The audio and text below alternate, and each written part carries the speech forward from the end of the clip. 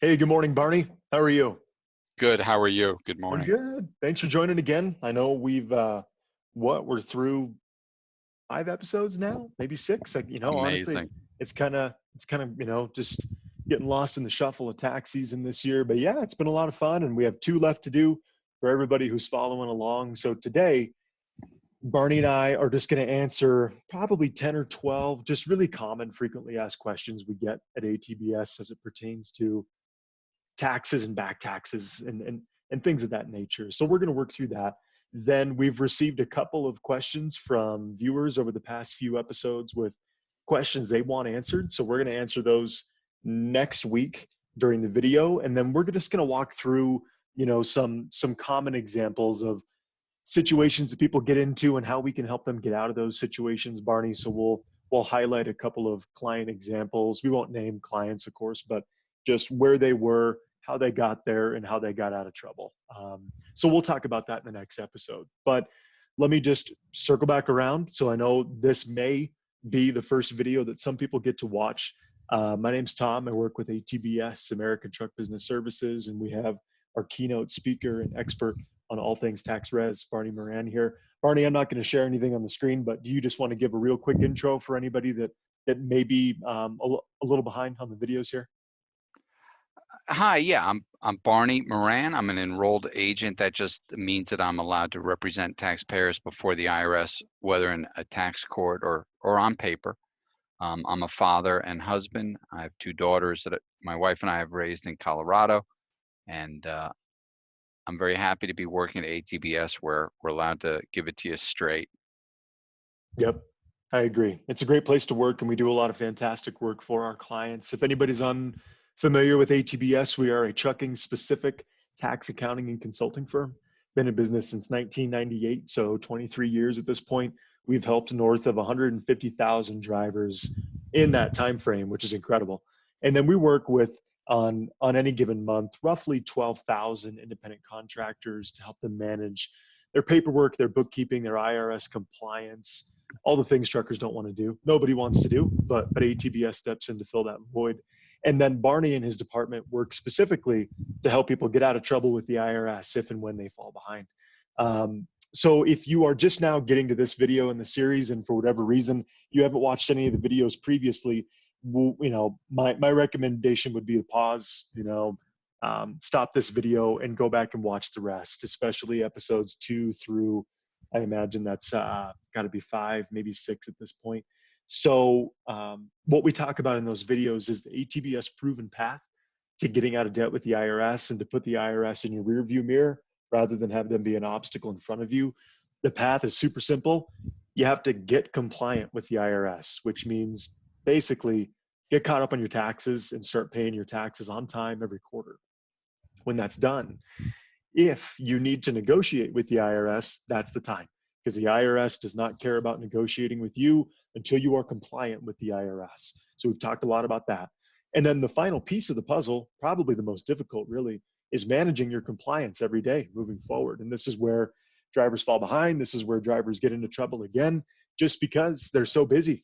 It doesn't matter if, whether you are an independent contractor in trucking or any other business, managing your IRS compliance is hard.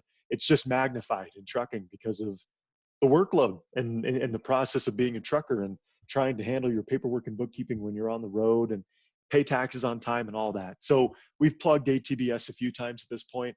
I guess I'll do it once more today.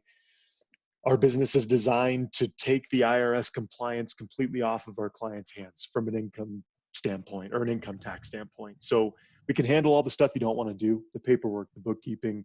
We can help you track your business performance and build monthly profit and loss statements, calculate your quarterly tax estimates, and take care of your federal and state tax filing. And if you have a business structure like a partnership or an S corporation, something like that, we can handle all the work related to that, payroll, the corporate filing. We can pretty much do everything you can think of related to your income taxes at ATBS if you're a trucker. And we have a lot of expertise and a lot of fantastic people here on our business consulting team who can assist and coach you in your business to help you make more money, pay less in taxes, and just take the stress out of managing your business. So if you want to learn more about what we do monthly, reach out And certainly, if you need help with any of your back taxes, it's what we do. This is Barney's forte, is helping people out. So we've covered a lot in the series up to this point. And so this episode is probably going to be pretty short. We're just going to answer a few common questions we get. And the next episode will be more of a case study, try to figure out where you may fit in, the time frame of where you might be and the complexity and severity of your situation compared to others, because I promise you're not alone. We've talked about that a lot too. Barney's shaking his head because he knows, there are a lot of people. We think that maybe 50% or more of independent contractors in trucking have back tax issues or are at this point in time non-compliant from the standpoint of the IRS. So we promise you're not alone. So Barney, let's just get into it, man. And actually, before I get through a couple of these questions or start asking you some of the questions that we have, we've gotten through kind of the meat and potatoes of this series. Now we're just getting into some of the, real life details. But anything that you think that we should highlight or anything you want to just mention before we get started today pertaining to everything we've talked about so far? Well, I want to give it just a big picture overview that we are going to do some examples today, and we've given examples in the past, but they're just to help you understand where you may fit in with your issue. But Sure. it always boils down to what your personal stress level is. What is it doing to you? Yep. Because I'll have one trucker that owes $1 million and is laissez-faire. They're just rolling with it. And I'll have another trucker that owes $7,000 and can't sleep at night. So both attitudes are actually fair, but that's a key component of your issue that we want to know is what is it doing to you? What's your stress? And then we try to walk you through reasons to not be stressing Right. because you're taking steps and you're doing what you can. Yep. So in the next episode, Barney and I are going to talk a lot about specific client situations and how we helped. And, we're going to talk about, when do, and like Barney said, there's no right or wrong with the way you feel, but when do, are those feelings really warranted of, man, I'm really losing sleep over this. And do we really feel like, you're at that point where it's the point of no return. We got to do something about it. Or, is the pressure a little bit less than what you may feel, because it's a lot of pressure to you as a trucker, as a client trying to work through a situation that is affecting your life. For us, we just see a lot of it, and so we can help people understand where they fall on that spectrum of, okay, not that big of a deal to holy cow, we got some work to do. So we'll talk a lot about that. But Barney, I'm just going to start, peppering you with some questions here that I know we hear a lot. The first one I just heard not yesterday, a couple days back, because we're filming this on a Monday. So this one gets people a lot as we start talking about compliance and paying your quarterly taxes on time. And I was explaining the dates for quarterly tax estimates and when they're due. And we've reviewed this on the series, but the first quarterly tax estimate of any year is due, or your first quarter estimate is due on April 15th is when it's due to the IRS. And the driver asked me, why on earth would the IRS have me pay taxes twice a year on April 15th? And I thought, Barney, that's probably a good one because it can be confusing, and maybe we can help people understand the timing of how this all plays out, if you would. Sure. So let's just talk about what we do understand, which is you owe taxes by April 15th on your previous year. So I think that's a no-brainer, right? We're all good Yep. with that. It's Right. by April 15th, you need to file a tax return that explains what your expenses were, how many people are in your family, if you have any other entitled to any other credits. You Yep. set that against the gross income the IRS knows about because it was reported to them, and you basically reduce your taxes by filing a good tax return to reduce that gross amount to your net profit, and that's what you pay taxes on. What's Right. this other tax? So when you're an independent operator, you're paid. You just are paid, and you don't really have a boss. Okay, so no boss is issuing you an employee paycheck, and the IRS is walled off from the money you're being paid. They can't go in and grab what they grab out of regular employees' paychecks, which is Social Security and Medicare, Right. and whatever federal and state tax amounts you've agreed to as an employee. All that stuff is off the table. And so it's a double-edged sword. It's a privilege and it's a luxury that you get your money as a gross payment and there's no taxes removed. But the double-edged sword is there's also a responsibility now that you're an independent operator. You're a walking business. You're walking, talking business. You are a tower in the middle of a city that is a business called you. You are obligated to pay Medicaid, Medicare, Social Security tax on your income, and some amount of federal and state tax, which we have a great estimating tool to help you decide Right. how much that should be. Why is it all due on April 15th? It's actually a bonus month because really the IRS gives independent earners, independent contractor earners, 3 months to do what they get to do every paycheck with an employee, and that is to pay in the Social Security and Medicare and a portion of federal and state Right. taxes. So really, it just happens to be that they give you an extra month in April where you have a 4th month to make that first estimated payment. It is bad luck that they're both due at the same time because it does feel like a double whammy. One payment is for the current year you're in. So right now, the payment on April 15th would be paying towards your 2021 money you're making now.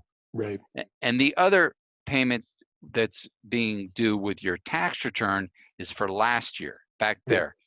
there, last year, you're paying the tax, whatever the reconciliation is on the return that you still owe for last year. So you're paying last year on April 15th, and you're throwing money in the bucket towards the new year at the same time.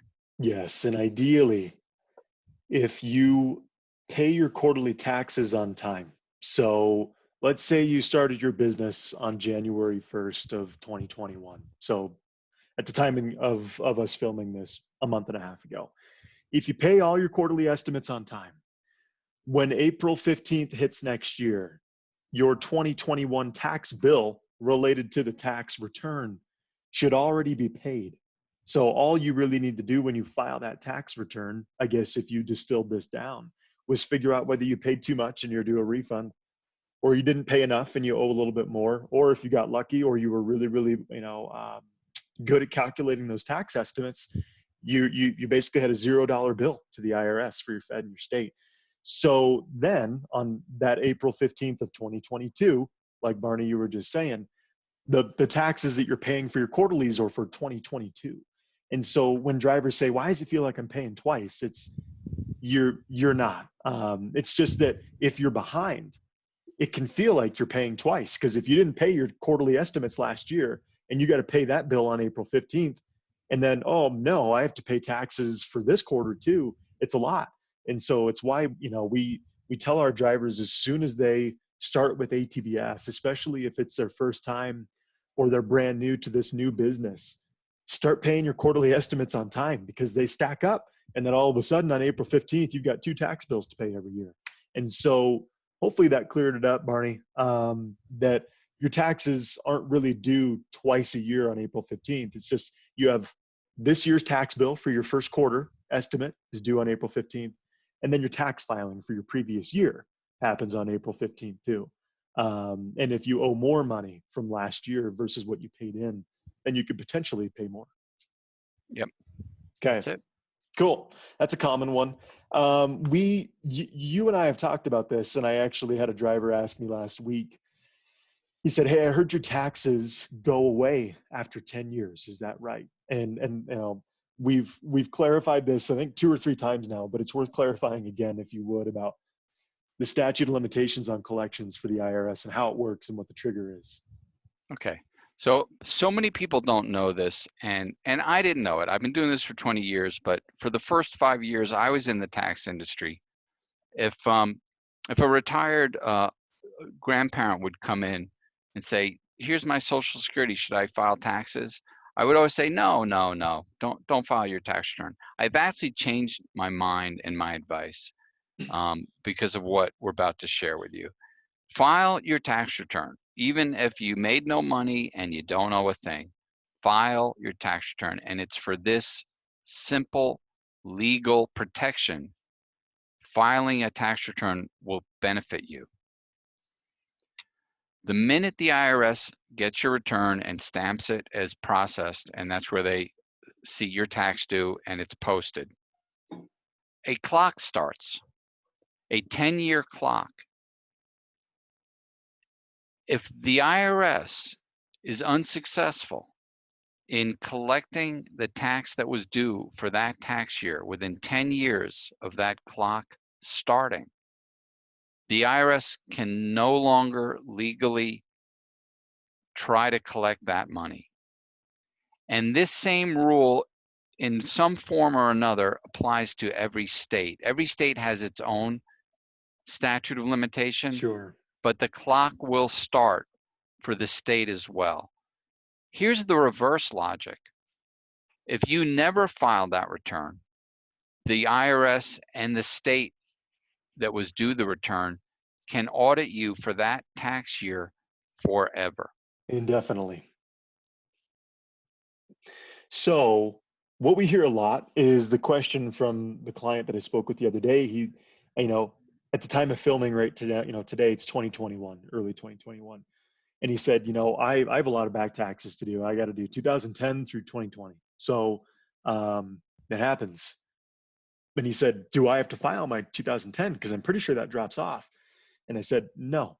So if you had filed your tax return, say in 2010, 10 years after that, from the date that was returned, or that return was accepted by the IRS, yeah, yeah. And any money that hasn't been paid that the IRS hasn't been able to collect can drop off. But since he never filed, there is no statute of limitations. There is no time frame. So now he has to file it today, and then 10 years from now, it has the potential to drop off. So it's an important distinction, and that's why Barney always says now, file your taxes, because it starts the clock, and there's nothing the IRS can do about it, at least today. Yeah, and also it starts the clock on audit too. They Yeah, can't right. collect, and also they can't audit. It's over. You bury that tax return in the ground and you put an RIP on it, and It's it is awesome. gone. They cannot go after it. So big takeaway, everybody. If you hear anything where somebody says, hey, it's been 10 years since that tax return was due, you don't have to pay taxes on it. It is only true if it's been 10 years since the date you filed that tax return. So file your taxes. I know we've been talking about this a lot. The most important thing you can do is get your taxes filed and done right by somebody who knows your industry. So find somebody who does and make sure that they help you out with that. Great question, and it's a great thing because something we do a ton of times for truckers we get them into low payment plans is once you're locked into a low payment plan with the IRS, some of these older years actually can drop off Right. while you're in the payment plan. And that is like, we have bottles of champagne on ice that we crack open when that happens, and we run around screaming because It's true. if you owe $40,000 on a 2013 and we get you in a payment plan and it drops off, it's just gone from the balance due. It's a great way to reduce tax. Awesome. So here's one, Barney, that we hear a lot, and I think it would be good for you to address this appropriately. So my buddy told me that the IRS will throw me in jail because of back taxes. Can they throw me in jail? So the short answer is don't worry about it. I've been doing this for 20 years, and I'm going to share a story where the one of the very rare times I heard an IRS agent say criminal. Yep. I had a trucker that was grossing over 200,000 for more than a decade. So the IRS got 1099s for this trucker, and they saw that the trucker was grossing 200 grand or more every year, Yep. and the trucker never filed a tax return. So that was 10 years of 200 grand. So that's $2 million of income the trucker had. And in that story, that was pretty excessive non-filing and a lot of money on the table. Right. the agents that I was talking to trying to work things out for this guy, they mentioned criminal. They said this is approaching criminal when we see this much money with no returns. Yep. Even in that extreme case where they mentioned the word criminal, nothing criminal ever happened. No criminal charges were filed. We worked everything out for the trucker, and the trucker was never arrested. I guess what I'm saying is, if you're approaching 2 million and decades of non-filing, yeah, you could start to get into some serious trouble. But I haven't seen it even in those cases. Right. And is this maybe a good segue, or maybe something to add, is the term tax avoidance versus tax evasion? Maybe this is, would that be good to bring this into the conversation? Yeah, that's a great point. So, one of the beauties of working at ATBS and working with truckers is, truckers are not tax evading. Right. They're freaking working. Yeah. They are working all the time. That's why they don't have time to get to their taxes. And most reasonable IRS agents understand that. IRS agents are dealing with the whole population of America, and they are mean and aggressive against tax evaders who are Right. hanging out on yachts having martinis while they're not paying taxes. That really makes the IRS furious. And a lot of these mean stories are those stories. The agents find out these people have not paid taxes in years. They've made hundreds of thousands of dollars, and they're living well. And the IRS hates them. Yep. Uh, they think they're greedy and they're not contributing to America, and they are mean to them. Truckers are not hanging out on yachts. They're just not really getting to their paperwork, a lot of them. And it's a Right. big, big distinction. So if you're stressing out that you're going to get handcuffed, don't. You're a trucker delivering goods to our country, and it's no big mystery to the IRS that you're not into your paperwork. And it's a different demographic. You're a different breed, and I've never seen a trucker get arrested for this stuff. Yeah, and it's like we always tell people too. When you're proactive and you are willing to work with the IRS, a lot of that anger and pressure gets removed, and now it's a business working with the IRS to alleviate a problem. So it's like we always tell people, yesterday was the best day to deal with this, so just get started today. Call somebody who knows the industry who can help you out. Okay, but hopefully that answers the question. So here's another one, Barney, that we get a lot. If someone, if the IRS puts a lien or a levy on an asset or on property, this is probably more particular to a lien. I think levy wouldn't apply. So somebody puts a lien on a piece of property. Can they still sell that piece of property or that asset? And what happens? Well, they can, but the problem with selling a property with a lien is the lien gets paid at this closing. Right. And so what that tells me is there's been no negotiation with the IRS. When they slap a lien on, it's their big number that they want. And that's often before you file tax returns to reduce it. You've Yep. negotiated down penalties and interest. So that can be when our work is rushed. The trucker has an asset, a home, piece of land they want to sell, they have a lien. Then there is a rush to negotiate with the IRS and get the amount removed.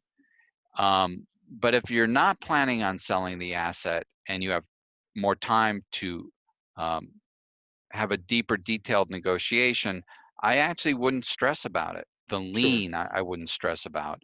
I've never again seen the IRS actually take the property, and this goes back to the other thing we were talking about.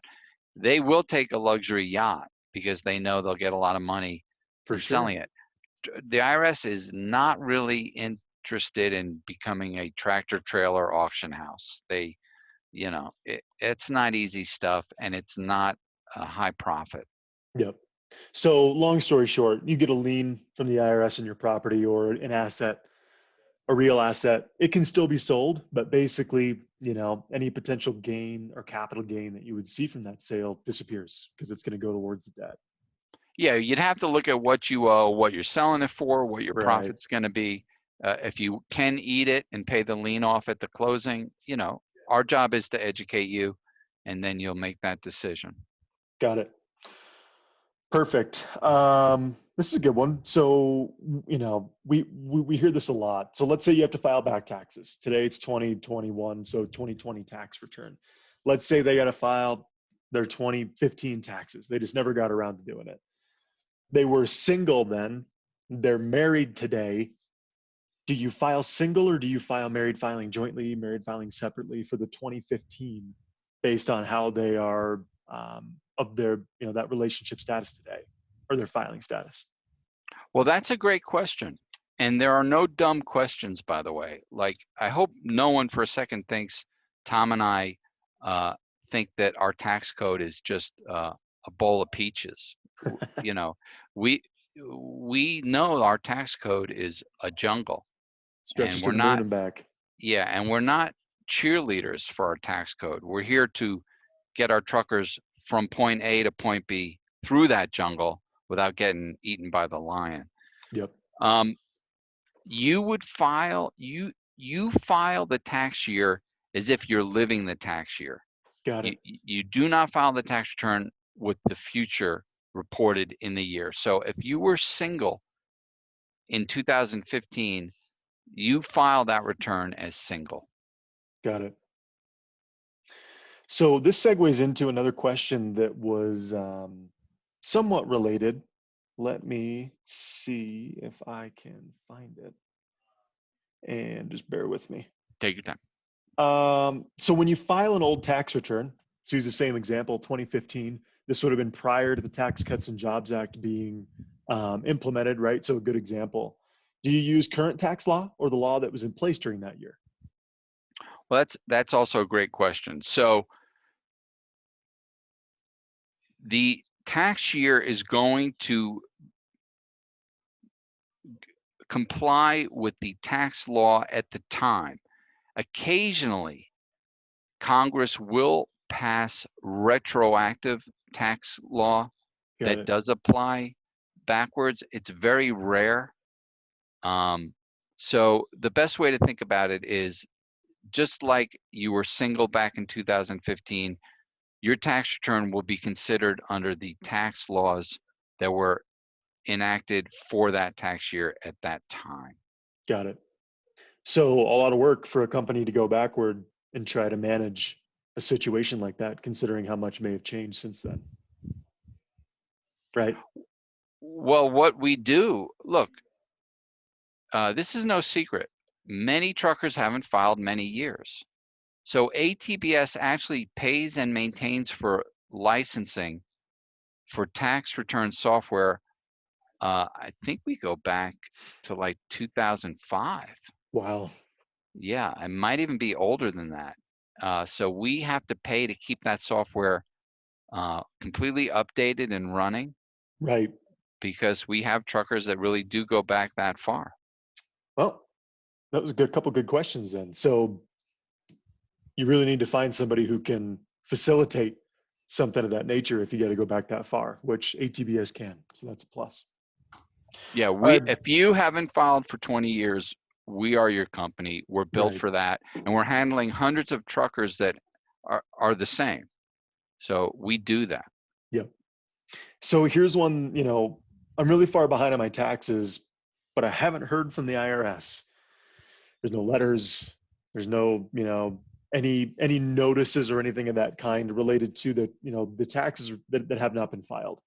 If I engage the IRS to get a transcript or to find out what's going on, does that put me on, the IRS's radar? Does that raise a red flag with them? Does anything happen if I'm not on their radar yet? Okay, so that is a very fair question because it's a common sense question. It Sure. actually, our intuition tells us if we poke the bear, we're going to wake the bear up. Right. But it is not true, and I'll tell you why. If you are working, okay, and your employer or your carrier is reporting to the IRS either a W-2 or a 1099, then the bear is being poked. True. The IRS sees that you're getting money They have all your information on the 1099, on the W-2, so they know. So contacting them in no way wakes the sleeping giant up to attack Sure. you. And the IRS advises, and we see it again and again, the taxpayer that has a track record of communicating with the IRS is treated better by the IRS. And I can hear it in an agent's voice when I call to talk about a trucker's account. If the agent pulls the account up and there's been no activity for 5 years or longer, they're meaner. Yep. They say, we haven't heard from this guy in 5 years. We see all the income he's made. That's all been reported. And he's never contacted us or had a power of attorney contact us. And they're meaner. And it's a tougher negotiation where I've got to convince the IRS, no, he or she, they've turned over a new leaf. They're taking it seriously and they're going to be in contact. In fact, when I'm working with truckers and they need to get a couple of returns done before we can negotiate, I work with them to have some contact activity, either by making some nominal estimated payments, and Sure. I'll even tell the trucker, you can call the IRS too while I'm calling. And so we pepper their account with activity because they're actually treated better when the IRS says, okay, this taxpayer is thinking about us. Got it. So, big takeaway, the IRS knows that you haven't been paying taxes. If you haven't paid taxes in 5, 6, 7 years and you haven't gotten a letter, it's not because you're somehow being missed by the IRS. It's just that for whatever reason, they haven't decided to pursue you to retrieve those funds yet, but they will at some point. They will. And so, to Barney's point, get ahead of it.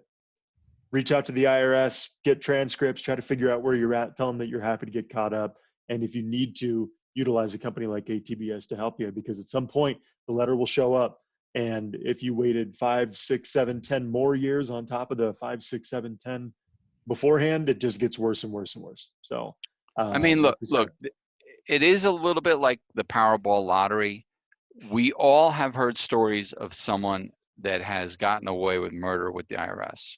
yep, And look, ATBS does thousands of returns. We work with really over the years hundreds of thousands of truckers. And we have occasionally seen truckers that did dodge a bullet from the IRS. It can happen. The problem is banking on those odds is a mistake. right, It's extremely rare. And the problem is even the ones that dodge the bullet, when the bullet finally hits them, it's a mortar shell. yep, for sure.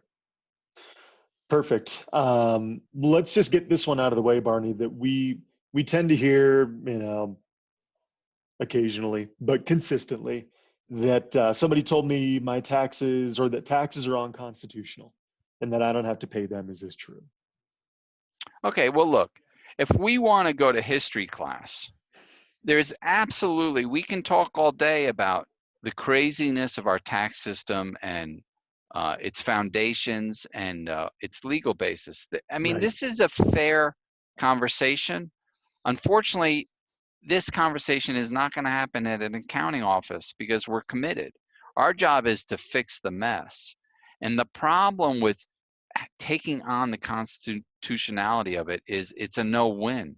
right, I mean, you can do it in academia. You can go to school and you can run for political office and plead your case. And there are some good questions about how taxation has come to be in our country, right, and how and where it got here. But it's not going to really help. That's the problem.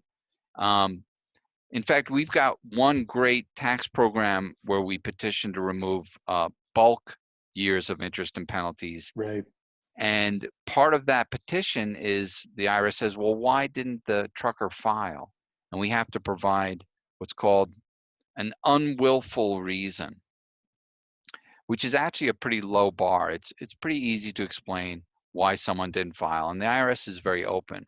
But I'll tell you right now, if we say, well, it's because the IRS shouldn't exist, it's illegal, and it's not constitutionally legal, that they're going to just trash that, Yep. and we'll be in more trouble for the truckers. So It's true. is it a valid question? Sure, absolutely. It is a valid question, but not when you're trying to solve things with the IRS. Yeah. The way that I tell people is that, maybe there's an argument for it. It's not really my job or position to do that. It's not my job to argue the rules because I don't write the rules. I don't make them. So we're all playing a game that we are not able to get out of. Death and Yeah, taxes. And so I it's, couldn't have said that better. With you that, know, yeah. it's a game that we cannot get out of. So our job is to know the rules better than anybody else so that we can help you win at the game, or minimize the damage from the game as best we can. And that's really the answer. You can argue it all day. The IRS doesn't care. And so, we don't care. At least today we don't. The You don't answer want to argue is it with we're the okay. IRS. I mean, you can Right. argue it with politicians. You can Yep. get involved in our government, you know, in running our government, and you can be a voice in how this whole thing works. But that doesn't have its place when you're negotiating with the IRS. Yep. Perfect. So one related to kind of the craziness of 2020 here, Barney. Have the dates for tax filing and quarterly tax estimates for 2021 gone back to the normal schedule? Because I know they were different in 2020. So are we back on schedule with normal timeframes for tax filing and quarterly estimates for 2021? So I'll be honest with you. I actually check this all the time because these rules change all the time. Yep. And especially with everything going on with COVID, and it's just good to stay on top of it. And really, when I'm talking to truckers, I don't get into the specific date that estimates are due because I don't want truckers to freeze up around a date. I just say Sure, sure. send in an estimate every 3 months. Um, so I'm just checking the dates, and it looks like they have reset to norms.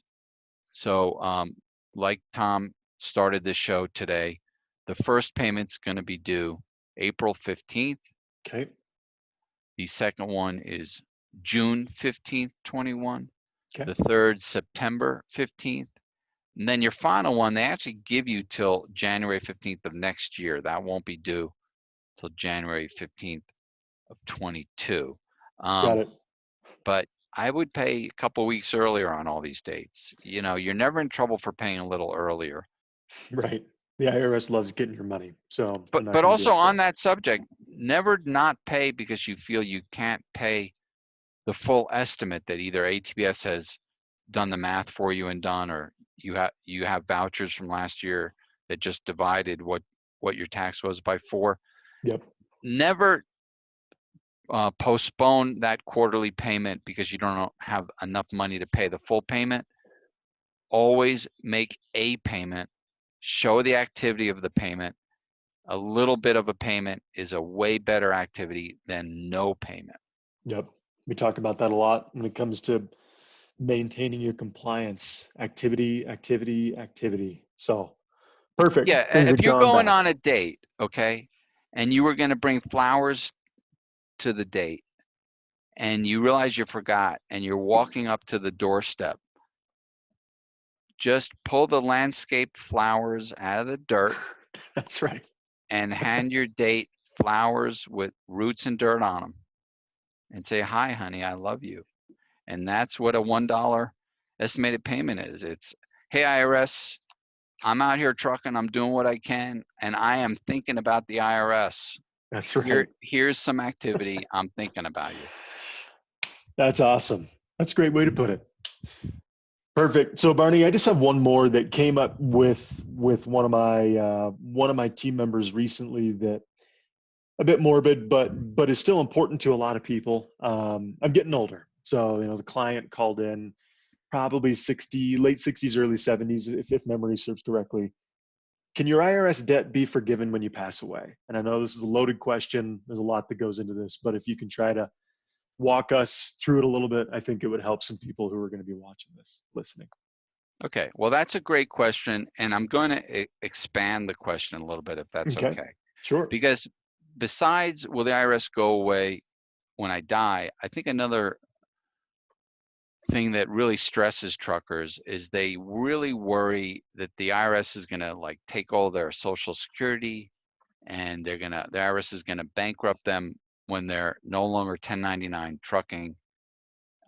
So I want to address that and death. Sure. Is that okay? Yeah, of course, man. All right. So the good news is um, a lot of the best programs, which ATBS does all the time, have a higher chance of being accepted by the IRS when you retire. And we have some truckers that have been with us as long as we've been around, 20 years. And we've been with them the whole time. And even running as best they could, they still had some tax debt when they stopped long haul independent trucking.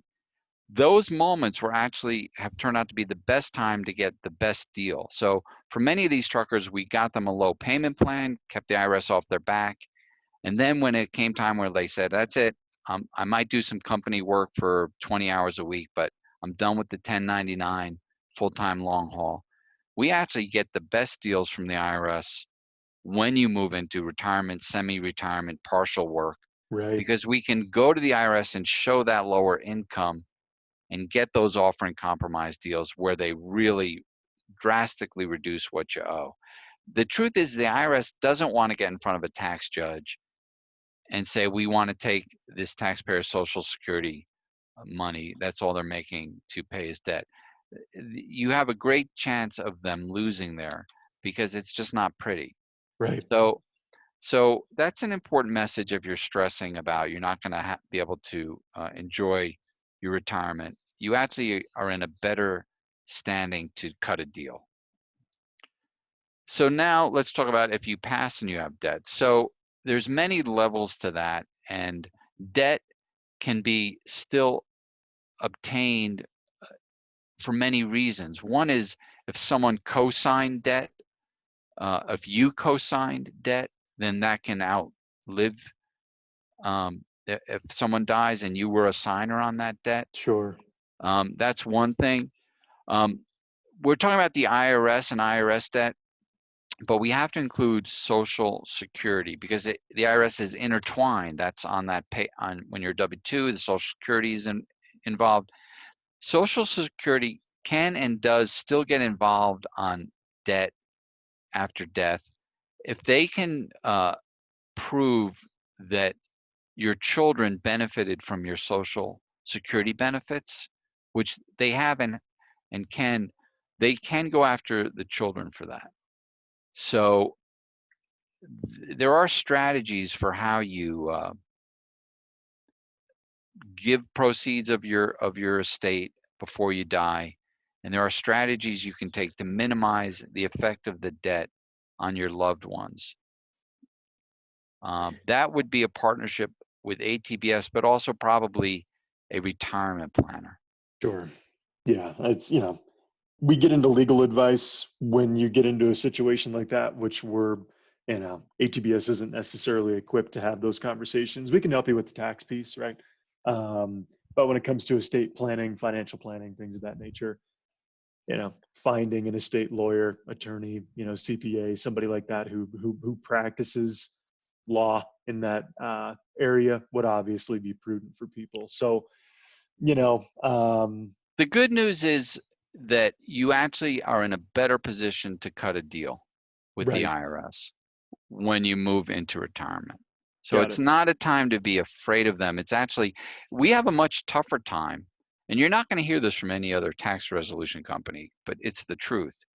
It's much tougher to get a great deal from the IRS while you're still posting that gross 1099 money. We can petition for penalties and interest to be reduced. We can negotiate low payment plans, but going in for the big programs like the Offering Compromise, the math is tougher while you're still driving with that high 1099. The minute you get out of that and retire, we can take those low payment plans, see what the balance is, and go right back to the IRS. One program doesn't stop you from doing another and say, hey, this taxpayer is not making that money anymore. We need a new deal that really chops up these taxes. Yeah, and that's a great segue, Barney, into I guess my final little plug for today, which is if you haven't watched the videos related to the negotiation strategies and tactics, Barney's mentioned pretty much all of them today throughout the course of these questions. Maybe not all of them, but quite a few. And so it's multi-layered. Like Barney just said, you know, a lot of this is contingent upon you getting caught up in the first place. You got to get caught up. You got to put a system in place to stay out of trouble with the IRS from a compliance standpoint. But the negotiation, I mean, everybody's situation is different. And so finding someone who really understands your situation and your timeline of your working years leading up to retirement, income that may change, the IRS is legally required to take your finances into account. And so, Barney has alluded to it. You can go back to the IRS, go back over and over again as things change in your situation to make sure that it matches up with where you're at today. So, ATBS is able to get people out of trouble, right? But we're also there to make sure that you can manage this process over time as well. So just find somebody who knows trucking, find somebody who has industry specific expertise, and somebody who's willing to continuously work with you if your situation calls for it, to make sure that you minimize what you have to pay to the IRS over time. So Barney, that was all the questions we had, from the most frequently asked things that come up the most that we ranked and threw onto the call today. Did you have anything else that you want to add, or anything that we should cover again?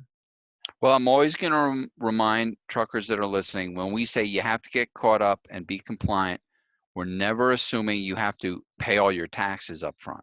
Right. We just want you to file your papers, your returns, because that opens the door to the IRS negotiating with you. So getting caught up just means get your returns filed so the IRS sees the net profit. That's always going to help anyway. That's what we mean by compliance. File the returns, show estimated payment activity, and we'll help negotiate with the IRS to reduce the taxes that you owe. Awesome. Well, thanks, Barney. I was kind of doing rapid fire here today, so I appreciate you taking the time. These are questions we hear a lot of, so All it's good important for us to questions. include them. So at this point, everybody, we're winding down the series, and we've gone through the proven process. We've talked about the nitty-gritty details of negotiation. We've gone through and talked about commonly asked questions, things that pop up a lot. And so again, in the next video, Barney and I are just gonna walk through and try to help people via some case studies, I guess, or real life examples of where you may fall in this arc of your debt to the IRS, and where you're at, so you can have an idea of how other people have solved that problem and gotten out of trouble. So that'll be the final video in the series. We thank you all again for tagging along. Hopefully you find the content valuable for you and your business, family, friends, whoever may need it. As always, submit questions, commentary to us, whatever means makes the most sense to you. And certainly if you need help, just reach out to us via the website. But Barney, you're a busy man, especially this time of year. So thanks again for your time. You got it. Hey, thanks for joining us on these series. Thanks, everybody. Have a great day. Take care.